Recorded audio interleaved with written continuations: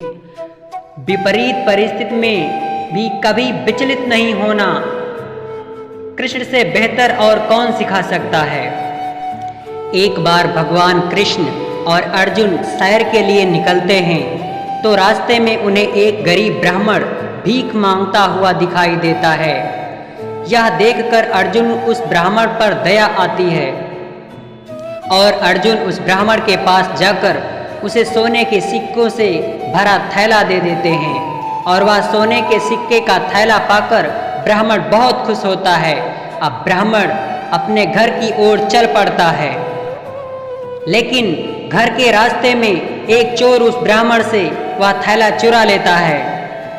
ऐसा होने पर ब्राह्मण अपनी किस्मत को कोसता है और अपनी किस्मत पर रोता है। लेकिन दूसरे दिन ब्राह्मण फिर से भीख मांगने के लिए घर से निकल पड़ता है। कृष्ण और अर्जुन अगले दिन फिर से उस ब्राह्मण को भीख मांगते हुए देखते हैं। जब अर्जुन उस ब्राह्मण के स्थिति के बारे में पूछते हैं तब ब्राह्मण ने उसके साथ हुई हर बात की जानकारी अर्जुन को देते हैं। अर्जुन को भी ब्राह्मण के भाग्य पर दया आती है, इसलिए अर्जुन इस बार ब्राह्मण को एक बहुमूल्य हीरा दे देते हैं। हीरा को पाकर ब्राह्मण बहुत प्रसन्न होता है और घर जाकर हीरा को एक पुराने मटके में रखकर चैन की नींद सो जाता है। अगले दिन जब उसकी नींद खुलती है तो वह यह देखता है कि मटका नहीं है।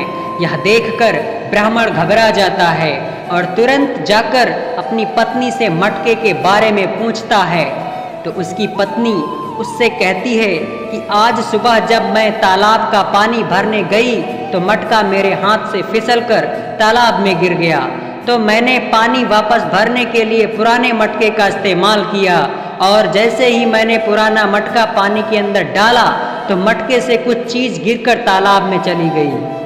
यह सुनकर ब्राह्मण फिर उदास हो गया और भिक्षा मांगने चला गया।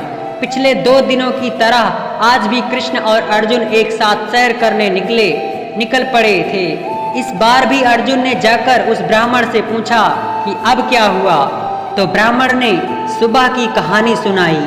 तब अर्जुन कृष्ण के पास गए और कहा, मुझे लगता है कि इस ब्राह्मण का भाग्य भीख मांगने के लिए लिख गया है, इसलिए मैं अब इस ब्राह्मण पर अपना पैसा बर्बाद नहीं करना चाहता।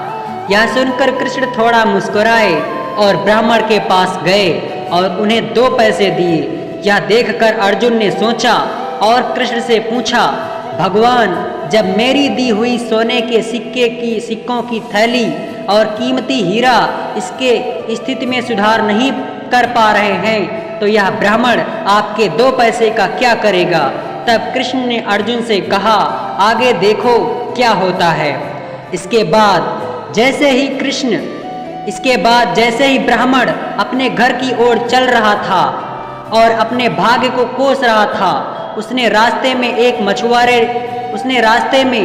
मछुआरे ने पकड़ी हुई एक मछली को अपने जीवन के लिए संघर्ष करते हुए देखा और उस ब्राह्मण को मछली पर दया आ गई और वह सोचने लगा कि ये 2 पैसे मुझे खाना नहीं दे सकते, लेकिन मैं कम से कम इस जीव की जान तो बचा सकता हूँ। और उसने मछली खरीद ली और जैसे ही उसने मछली को नदी में फेंकना चाहा, उसने देखा कि मछली के गले में कुछ फंसा हुआ है जिससे वह दुविधा में है। फिर उस ब्राह्मण ने उस चीज को मछली के गले से बाहर निकाला और देखा कि वह एक हीरा था जो कि उसके पत्नी ने खो दिया था। वह फिर से हीरा पाकर बहुत खुश हुआ और वह चिल्लाया कि देखो मुझे क्या मिला। और उसी समय यह आवाज़ एक चोर को सुनाई दी जिसने पहले सोने के सिक्के से भरा थैला चुराया था। चोर ने ब्राह्मण को पहचान लिया और उसने सोचा कि शायद ब्राह्मण ने भी उसे पहचान लिया है, इसलिए वह चिल्लाया। अब उस चोर को डर था कि अगर यह ब्राह्मण मुझे राजा के पास ले गया तो मुझे दंड मिलेगा। उसने तुरंत ब्राह्मण से माफ़ी मांगी और थैला वापस कर दिया। ब्राह्मण अपनी दोनों संपत्ति एक साथ वापस पाकर खुशी खुशी घर लौट आया।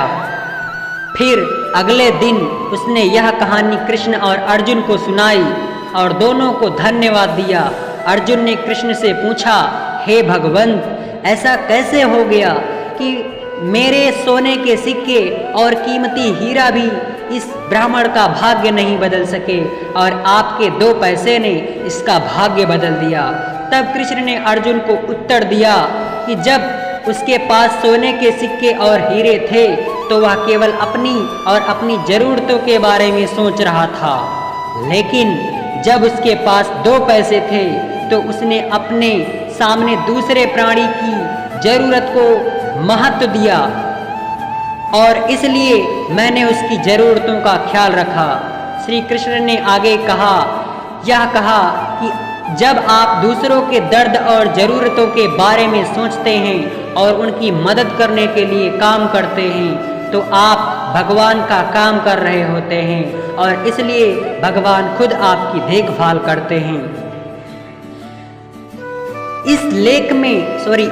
इस कहानी में हमने आपको अर्जुन और श्री कृष्ण की एक कहानी बताई है।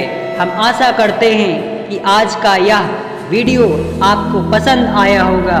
यदि आपको आज का यह वीडियो आपको पसंद आया है तो प्लीज़ इस चैनल को लाइक और सब्सक्राइब जरूर करें। साथ में अपना नाम कमेंट में ज़रूर बताएं।